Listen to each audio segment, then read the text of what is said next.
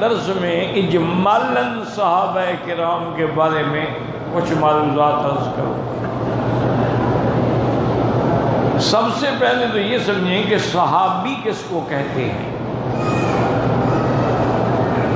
صحابی کا لغوی معنی تو ہوتا ہے دوست، ساتھی، سنگی،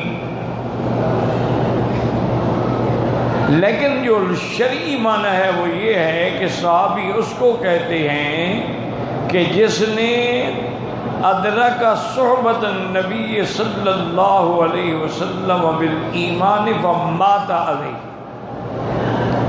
کہ جس نے حالت ایمان میں حضور کی زیارت کی ہو پھر اسی پہ قائم رہے، اسی پہ موت آئے، اس کو کہتے ہیں صحابی۔ بعض علماء نے فرمایا کہ جس نے حضور کو حالت ایمان سے دیکھا ہو، لیکن اس میں ایک اشکال ہو جاتا ہے کہ بہت سارے صحابہ نابینا تھے، دیکھا تو انہیں نہیں ہے، تو جامع تعریف یہ ہے کہ جس کو حضور کی ایمان کے ساتھ چاہے ایک گھڑی کی بھی صحبت نصیب ہو جائے وہ صحابی ہے، اور اس کا مقام اتنا بلند ہے، آپ ساری زندگی عبادت کریں، آپ ولی بن سکتے ہیں، آپ مفتی بن سکتے ہیں، عالم بن سکتے ہیں، مجتہد بن سکتے ہیں، قاضی بن سکتے ہیں، لیکن صحابی نہیں بن سکتے۔ صحابی وہ ہے جس کو حضور کی صحبت حاصل، چاہے وہ ایک منٹ کے لیے ہو، جیسا کہ حدیث مبارک میں ہے کہ حضور صلی اللہ علیہ وسلم سفر میں تھے، سامنے ایک اونٹنی تھی ضعیف کمزور، اس کے اوپر بھی ایک بڑا ہی کمزور آدمی بیٹھا تھا، اشارہ کیا، حضور نے اپنی سواری روک دی، تو اس نے پوچھا کہ مدینہ منورہ کا راستہ کون سا ہے؟ آپ نے فرمایا ابھی کیوں جانا چاہتے؟ نے کہا میں نے سنا ہے کہ وہاں اللہ کے ایک نبی ہیں محمد الرسول اللہ صلی اللہ علیہ وسلم، میں ان کی خدمت میں جا کے ان کی زیارت کرنا چاہتا ہوں، اور میں تمہیں مبارک ہوں، وہ اللہ کا نبی میں ہوں۔ حالانکہ وہ ان پڑھ آدمی ہے، بدو ہے، لیکن بڑی عجیب بات ہے کہ علمنی کما علمک اللہ، حضور مجھے وہ سکھائے جو اللہ نے آپ کو سکھایا۔ حضور پاک نے بھی اسی طرح اونٹ پہ کھڑے کھڑے یہ نہیں کہا کوئی چلو جب قافلہ رکے گا اتریں گے بیٹھیں گے بات کریں گے، وہیں کھڑے کھڑے آپ کو ایمان کی شرطیں پڑھائی، وہ سنتا رہا۔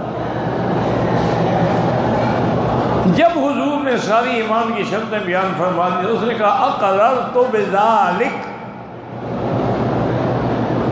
صحابہ کہتے ہیں کہ ابھی ذالک کا کاف اس کے حلق میں تھا کہ اونٹ سے گرا بیچارہ، گردن کے بل آیا اور اس کے بعد شہید ہو گیا۔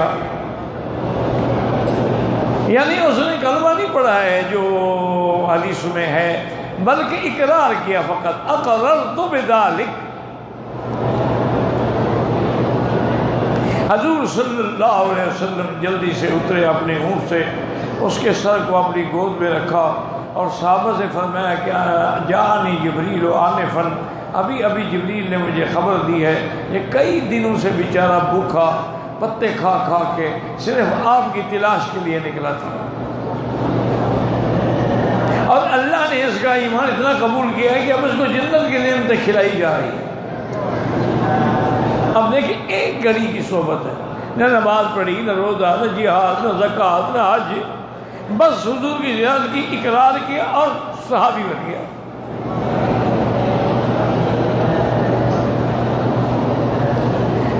اس لیے صحابہ کا اتنا بڑا مقام ہے، اتنی بڑی عظمت ہے کہ ایک روایت میں حضور نے فرمایا ان اللہ نظر الی قلوب العباد، اللہ نے اپنے بندوں کی دلوں میں نظر ڈالی اور ان میں سے مجھے چن لیا نبوت کے لیے۔ ثم نظر الی قلوب العباد، اس کے بعد پھر بندوں پہ نظر ڈالی تو میرے صحابہ کو چن لیا میری صحبت کے لیے۔ اختارہم لصحبتی. اسی طرح ایک روایت ہے ان اللہ اختارنی ثم اختارنی اصحابی، اللہ نے مجھے چن لیا، میرے صحابہ کو چن لیا. فجعلہم اصحاری وانصاری، تو صحابہ کو بھی اللہ نے چن کے حضور کا صحابی بنایا ہے.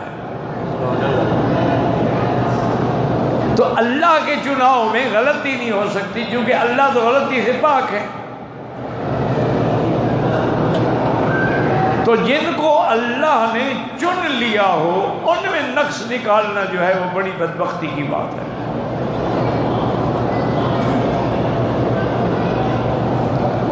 اسی طرح خطیب بغدادی نے اپنی کتاب میں لکھا ہے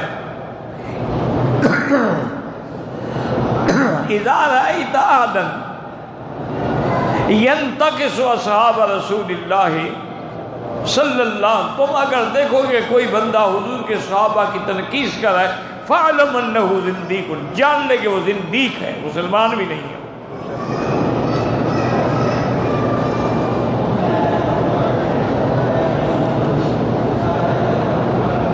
اور اسی طرح سے سارے قرآن میں آپ نظر ڈالیں، کوئی مدح و ثنا کا ایسا لفظ نہیں جو صحابہ کے لیے اللہ نے نہیں فرمایا. کہیں فرمایا اولئک هم المؤمنون حقا، کہیں فرمایا اولئک هم الفائزون، اور کسی جگہ اللہ تعالی فرمایا اولئک الذین امتحن اللہ قلوبہم للتقوی لہم مغفرۃ واجر عظیم. کسی جگہ فرمایا اولئک حزب اللہ الا ان حزب اللہ هم الغالبون.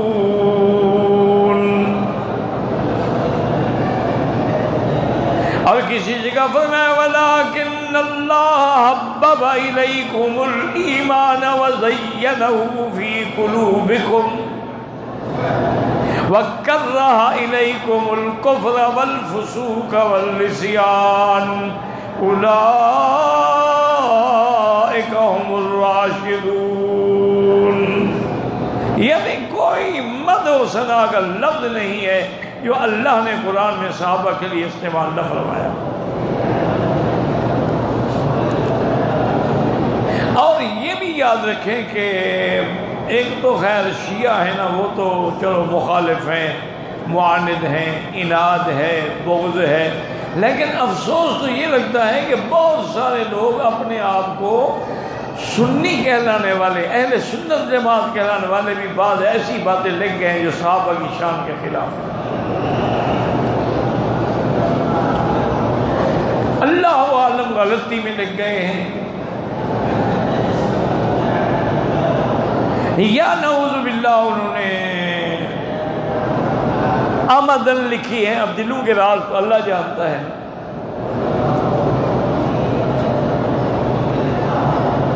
اور خاص طور پہ جن صحابہ کی وجہ سے اسلام کو قوت ملی، طاقت ملی، فتوحات ملی ہے، اس کی زیادہ مخالفت کی.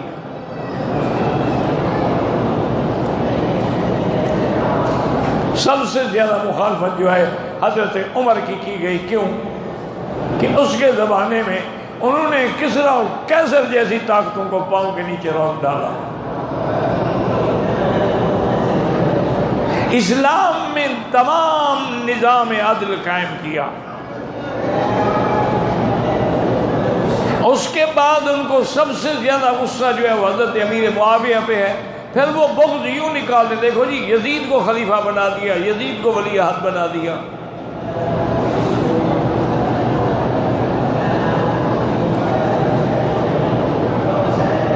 صاحب شفا نے کسی نے ان سے پوچھا کہ حضرت معاویہ کے بارے میں کوئی تان کرتا ہے، تو آپ نے فوراً کہا کہ من یطعن فی معاویہ فاولئک من کلاب الہاویہ، جو معاویہ پہ طنز کرتا ہے وہ جہنم کے کتوں میں سے ایک کتا ہے۔ یہ کیا بات ہوئی کہ اگر بعد میں آنے والا کوئی بیٹا غلطی کرے تو باپ کا کیا گناہ ہے؟ نوح علیہ السلام کا بیٹا جو کافر تھا پھر نوح علیہ السلام کا گناہ ہے؟ لوط علیہ السلام کی بیوی کافرہ تھی، نوح علیہ السلام کی بیوی کافرہ تھی، تو اس میں لوط علیہ السلام کا کیا گناہ ہے؟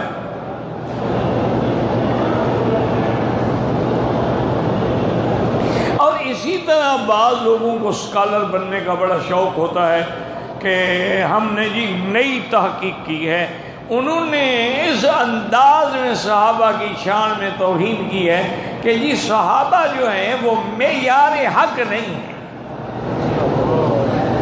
معیار حق حضور کی ذات ہے بس۔ صحابہ تو انسان ہیں اور صحابہ معصوم بھی نہیں ہیں، ان سے غلطیاں بھی ہو سکتی ہیں، تو اس لیے ان کو ہم معیار حق نہیں سمجھتے ہیں۔ اسی لیے کوئی صحابی کی بات ہو کہتے ہیں چھوڑو جی یہ صحابی کا قول ہے نا، کوئی نبی کی حدیث تو نہیں ہے نا۔ یعنی اس کا کیا مطلب ہے کہ صحابی حضور کے خلاف فتوے دیتے تھے؟ مانا تو یہی ہو نا، لڑکان کو یوں نہ پکڑا تو یوں پکڑ لیا۔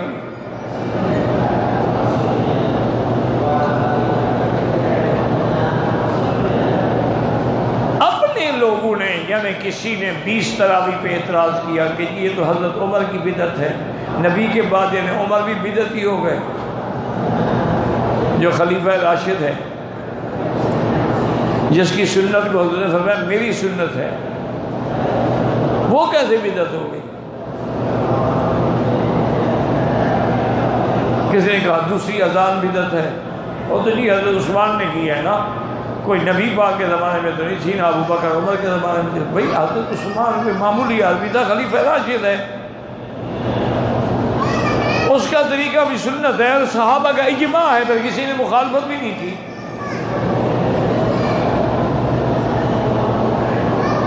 تو اس طرح یعنی بڑے بڑے محبت بھرے انداز میں آ کے اصل زد پڑتی ہے کہ جی صحابہ میں، اور صحابہ اگر ایمان میں معیار حق نہیں ہے تو پھر کون ہے؟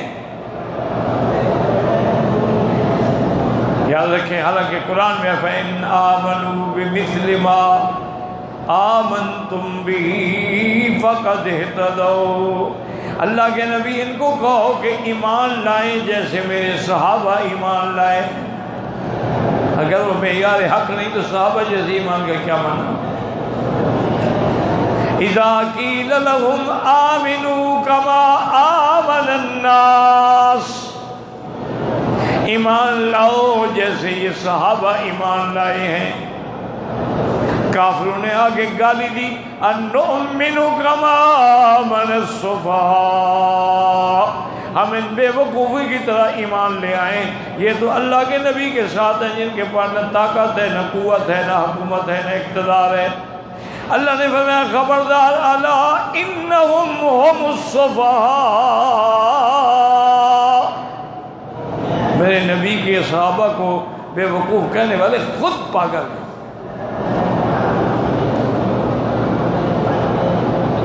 یاد رکھیں کہ ہمارے تک 3 واسطے ہیں، ہمیشہ یاد رکھیں، اگر ایک واسطہ بھی درمیان میں کٹ جائے تو بس بات ختم، دین ختم ہو جاتا ہے۔ سب سے پہلا واسطہ کیا ہے کہ اللہ سے قرآن لانے والا کون ہے؟ جبریل ہے۔ نزل به الروح الامین علی قلبک لتکون من المنذرین بلسان عربی مبین، اور کسی جگہ فرمایا انہ لقول رسول کریم ذی قوت عند ذی العرش مکین مطاع ثم امین۔ پہلا واسطہ جبریل ہے۔ اگر کوئی جبریل کو نہ مانے تو اس لیے قل من کان عدوا للہ وملائکتہ ورسلہ وجبرائیل ومیکال فإن اللہ عدو للکافرین۔ چونکہ پہلا واسطہ ہی ختم ہو گیا تو پھر قرآن آیا کیسے؟ اب پہلے واسطے کے بعد دوسرا واسطہ کون ہے؟ محمد الرسول اللہ، کہ جبریل قرآن کس پہ لایا؟ حضور پاک۔ اللہ نے قرآن نبی کو پڑھایا، نبی کے سینے میں جمایا، قرآن کی تفسیر سکھلائی، اور حضور نے پوری دنیا کو اس قرآن پڑھایا۔ تو اب ایک واسطہ پہلا جبریل ہے اور دوسرا حضور ہے، اور حضور کے بعد تیسرا واسطہ کون ہے؟ صحابہ۔ پوری دنیا میں دین کس نے پہنچایا؟ اب دیکھیں نا، آپ اگر حج پڑھیں گے تو کون بتلائے گا حضور نے حج کیسے پڑھا؟ صحابی۔ روزہ رکھیں گے کون بتلائے گا حضور نے روزہ کیسے رکھا؟ صحابی۔ وتر پڑھیں گے کون بتلائے گا؟ صحابی۔ قربانی کریں گے کون بتلائے گا؟ صحابی۔ حج کی قسمیں قران ہے، تمتع ہے، افراد ہے، کون بتلائے گا؟ صحابی۔ تو اگر صحابہ پر ایمان نہ رہے تو قرآن و حدیث پر، اللہ کے نبی پر بھی ایمان نہ رہا۔ اس لیے ان تین واسطوں کو مضبوطی سے پکڑ لیں۔ ایک آدمی آیا حضرت عبداللہ ابن عمر کے سامنے، اس نے کچھ صحابہ کی شان میں بات کی، اور میرے بھائی طالب علم یاد رکھیں کہ باقاعدہ علماء نے لکھا ہے کہ ایک وقت آئے گا ظہر فیہ البدع والاہواء والاحداث وسب الصحابہ۔ ایک دور آئے گا جب بدعت عام ہو جائے گی، نئی نئی دین میں ایجادیں کی جائیں گی، اور لوگ صحابہ کو گالیاں دیں گے۔ تو فَلْيُظْهِرُ الْعَالِمُ عِلْمَهُ، اب ہر عالم کے ذمہ داری ہے کہ وہ اپنے علم کو ظاہر کرے اور صحابہ کا دفاع کرے۔ وَإِن لَّمْ يَفْعَلْ، جو عالم اس وقت خاموش رہتا ہے، فَعَلَيْهِ لَعْنَةُ اللَّهِ وَالْمَلَائِكَةِ وَالنَّاسِ، اس پہ اللہ کی لعنت ہے، فرشتوں کی لعنت ہے، لوگوں کی لعنت ہے۔ اس کی ذمہ داری ہے کہ وہ صحابہ کا دفاع کرے۔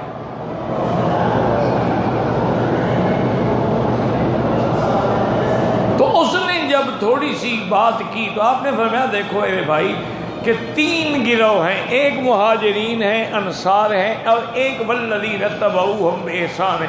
تم مہاجر ہو؟ اس نے کہا نہیں۔ اور میں تم انصاری ہو؟ اس نے کہا نہیں۔ فرمایا بس تیسری جو بات رہ گئی ہے وہ ہے قسم جو ان کی اتباع کرے، اگر اتباع نہیں کرو گے تو چوتھی قسم کافروں کی ہے۔ اب تمہاری مرضی ہے کہ تیسری قسم میں آ جاؤ یا چوتھی قسم میں چلے جاؤ۔ اسی لیے حضرت عبداللہ بن مسعود رضی اللہ تعالیٰ عنہ فرماتے تھے من استن منکم فلیستن بمن قد مات، کہ اگر تم کسی کی اقتداء کرنا چاہتے ہو اسی کرو جو لوگ چلے گئے۔ اولئک اصحاب محمد، وہ کون تھے؟ اصحاب محمد۔ ابرہم قلوبا واعمقہم قلوبا، وہ نیک بھی تھے، علم کی گہرائیوں تک جاننے والے بھی تھے، اللہ کے راستے میں کثرت سے عبادت کرنے والے بھی تھے، اور حضور کے وہ عاشق بھی تھے، لہذا ان کا دامن پکڑ لو گے تو نجات ہو جائے گی۔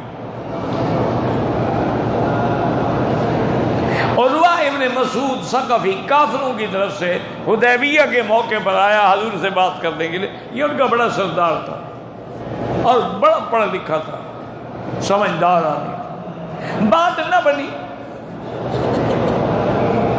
مکے والوں نے نہ مانا۔ حضور نے کہا ہمیں صرف عمرہ کرنے دو، اتنا ٹائم دے دو کہ ہم طواف صفا کرنے چلے جائیں۔ بات نہ مانی، لیکن جب واپس آیا اور کافروں نے پوچھا کہ ہاں، انہوں نے کہا واللہ دخلت علی کسریٰ و قیصر، میں نے کسریٰ اور قیصر کے بادشاہوں کی دربار بھی دیکھے ہیں، لیکن ما رأیت مثل اصحاب محمد، میں نے حضور کے صحابہ جیسا نہیں دیکھا۔ جب حضور بات کرتے ہیں وہ چپ رہتے ہیں، نظریں جھکا کے بیٹھتے، آنکھیں اٹھا کے دیکھتے بھی نہیں ہیں ادب سے، اور اگر حضور کا پانی بچ جائے وضو کا تو اس پہ لڑ مرتے ہیں، اگر حضور کا کوئی بال بھی گر جائے تو فوراً اٹھا لیتے ہیں۔ یہ لوگ کبھی مٹ جائیں گے، مر جائیں گے، حضور تمہارے حوالے نہیں کریں گے۔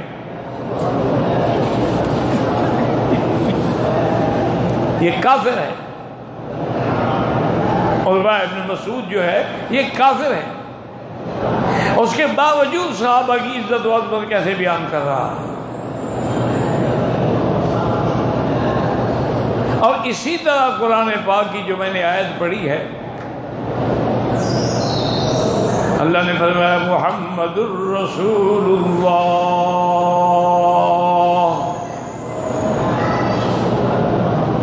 آگے فرماتے ہیں والذین معہ اشداء علی الکفار۔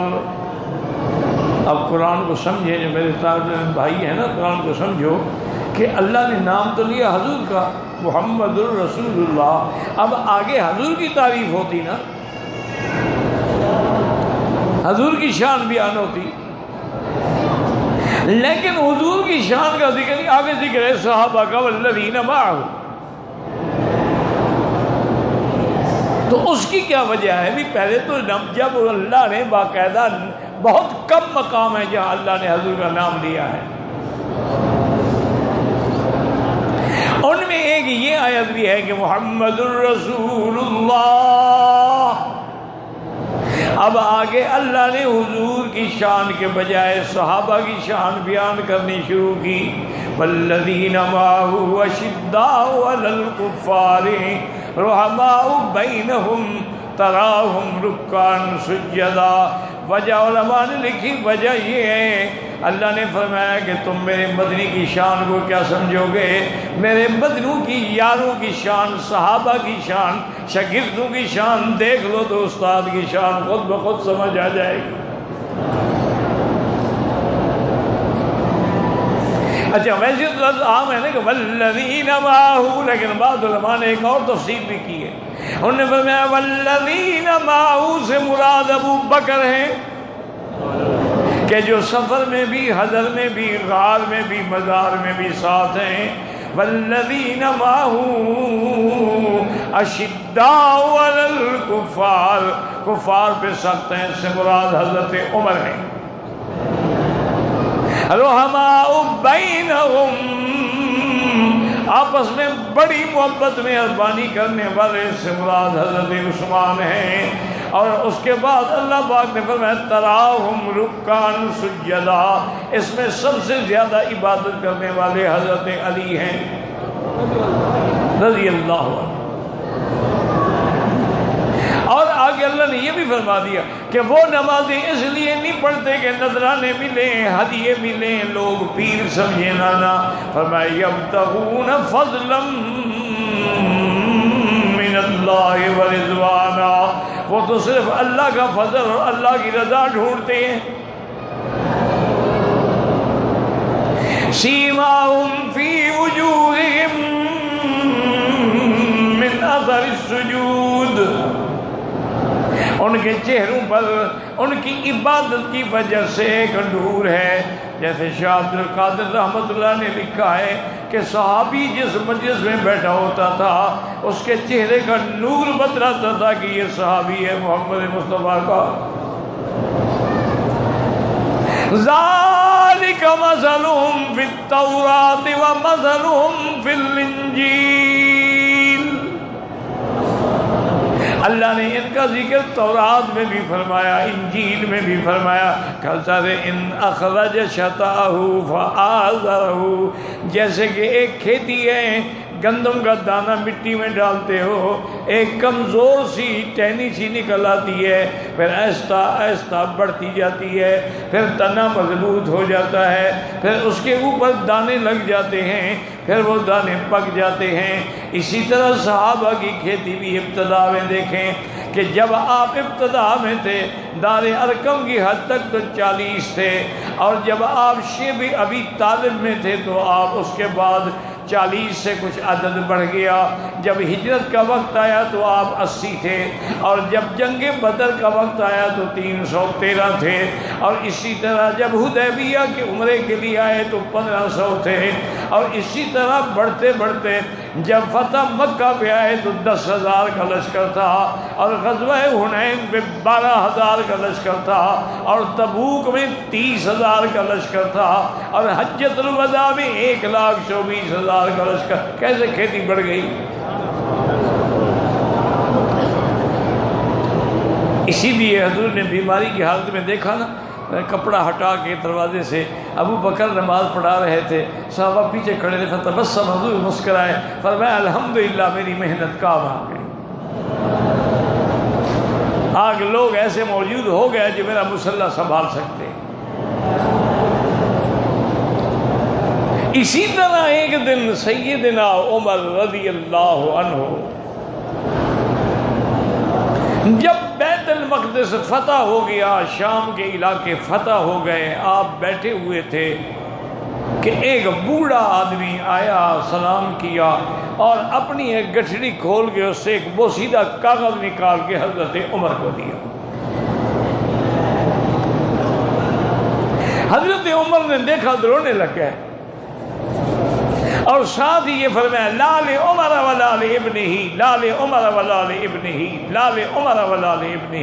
صحابہ حیران ہو گئے، بھئی کون بوڑھا ہے، کون سا ایسا کاغذ ہے جس پہ حضرت عمر رو رہے ہیں؟ اور صاحب کہتے ہیں کہ نہ عمر کا ہے نہ عمر کی اولاد کا ہے۔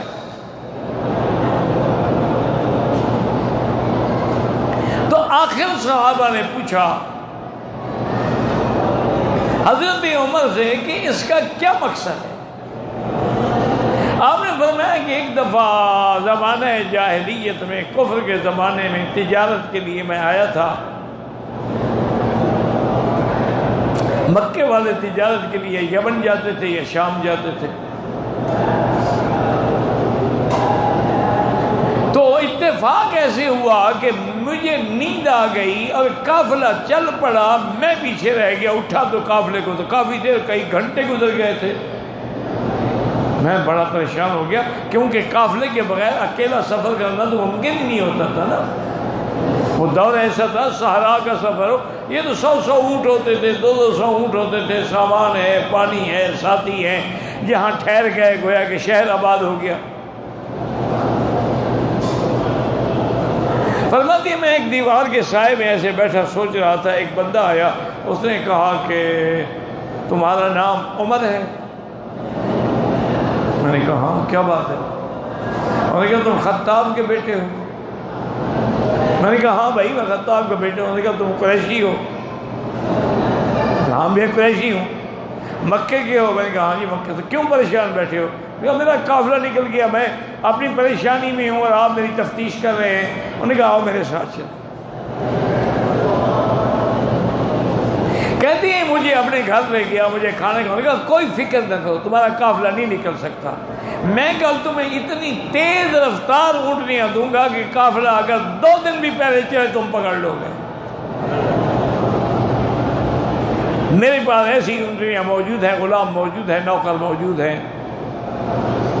اس نے مجھے رات ٹھہرایا، کھانا کھلایا، بڑا احترام کیا، صبح میرے سفر کا سارا انتظام کیا، اور کاغذ لے کے آیا کہ اس کاغذ پہ اتنا لکھ دو کہ جب اس سرزمین کے تم بادشاہ بنو گے تو مجھ پر جزیہ یا ٹیکس نہیں ہوگا۔ میں نے کہا اللہ کے بندے، میں تو مکے کا سردار نہیں بن سکتا، تم مجھے یہاں کا بادشاہ بنا۔ انہوں نے کہا چلو اگر نہیں بنو گے تو لکھنے سے کیا ہو جائے گا؟ بھائی اگر تم بادشاہ نہ بنے تو پھر کیا ہو جائے گا؟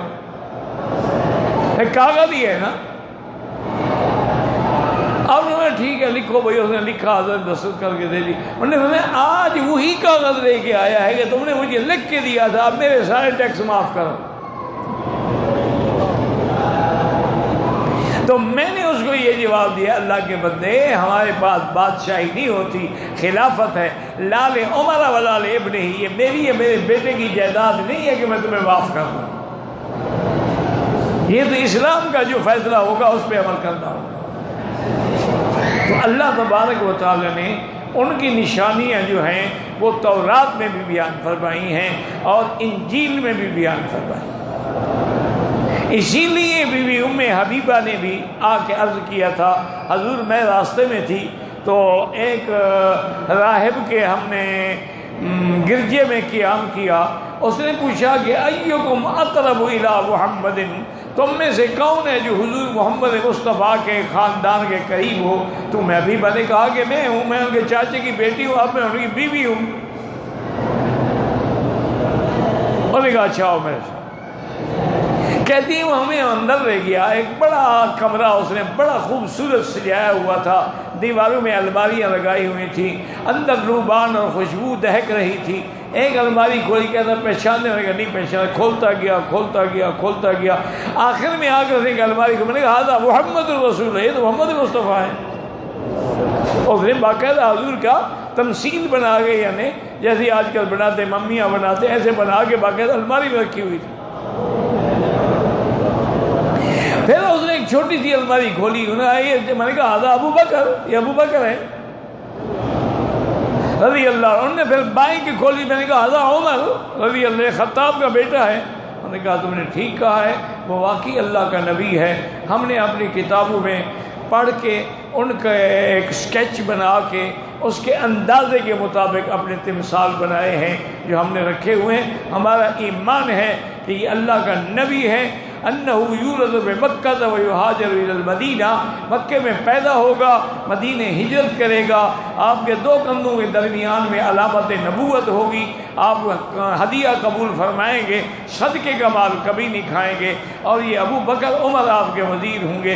یہ ہماری کتابوں میں لکھا ہوا ہے۔ حضور بڑے خوش ہوئے، بلکہ اور گھر میں ام حبیبہ اور عورتوں کو بھی سنایا کرو، اسلام کی تصدیق ہو رہی تھی۔ اس لیے اللہ نے اس آیت میں فرمایا کہ ذالک مثلہم فی التوراۃ ومثلہم فی الانجیل کزرع اخرج شطأہ فآزرہ فاستغلظ فاستوى یعجب الزراع، جب کھیتی پک جائے تو کھیتی والا خوش ہوتا ہے، لیکن اس کے دشمن جل بڑھتے ہیں۔ اب اسلام کی کھیتی پک گئی ہے، لیغیظ بہم الکفار، تاکہ کافر اس کی طاقت کو دیکھ کے جلتے رہیں گے، مرتے رہیں گے۔ تو سمجھ آ گئی کہ جو صحابہ سے بغض رکھتا ہے وہ مسلمان نہیں ہوتا۔ اسی طرح حدیث میں، یہ بخاری شریف کی روایت ہے، حضور نے فرمایا خبردار میرے صحابہ کی شان میں گستاخی نہ کرنا، لا تسبوا اصحابی، کیوں؟ لو انفق احدکم مثل احد ذهبا، اگر تم میں سے کوئی احد پہاڑ کے برابر سونا صدقہ کرے اور میرا صحابی ایک جو، ایک مٹھی یا نصف مٹھی بھر کے جو خیرات کرے، تم اس کے ساتھ اس کے ثواب کو نہیں پہنچ سکتے ہو۔ کیوں؟ اس کے ساتھ نسبت ہے صحبت رسول اللہ صلی اللہ علیہ وسلم۔ اور اسی طرح حضور نے فرمایا لا تسبوا اصحابی، میرے صحابہ کو برا بھلا مت کہنا، میری وفات کے بعد میرے صحابہ کو نشانہ نہ بنا لینا، ان کے خلاف زبان نہ کھولنا۔ من احبہم فبحبی احبہم، جو صحابہ سے محبت کرتا ہے وہ دراصل میری محبت سے محبت کرتا ہے۔ ومن ابغضہم فقد ابغضنی، اور جو صحابہ سے بغض رکھتا ہے وہ میرے ساتھ بغض رکھتا ہے۔ ومن آذاہم فقد آذانی، جو ان کو تکلیف پہنچائے اسے مجھے تکلیف پہنچائی۔ ومن آذانی فقد آذ اللہ، اور جس نے مجھے تکلیف پہنچائی اسے میرے اللہ کو تکلیف پہنچائی۔ ومن آذ اللہ فیوشک ان یاخذہ، اور جو اللہ کو تکلیف پہنچائے قریب ہے کہ اللہ ان کو اپنے عذاب میں پکڑ لے۔ اسی طرح یعنی سارا قرآن دیکھ لیں، الطائبون العابدون الحامدون السائحون الراکعون الساجدون الآمرون بالمعروف والناہون عن المنکر۔ یہ کون تھے؟ اصحاب رسول اللہ صلی اللہ علیہ وسلم۔ دعا کریں اللہ ہمیں حضور پاک کی محبت، صحابہ کی محبت اہل بیت کی محبت، اولیاء کرام کی محبت، ائمہ مجتہدین و محدثین کی محبت اور اہل سنت والجماعت کے عقیدے پہ قائم رکھیں، اسی پہ خاتمہ ہو اور آخری وقت میں زبان پہ جاری ہو لا الہ الا اللہ محمد رسول اللہ۔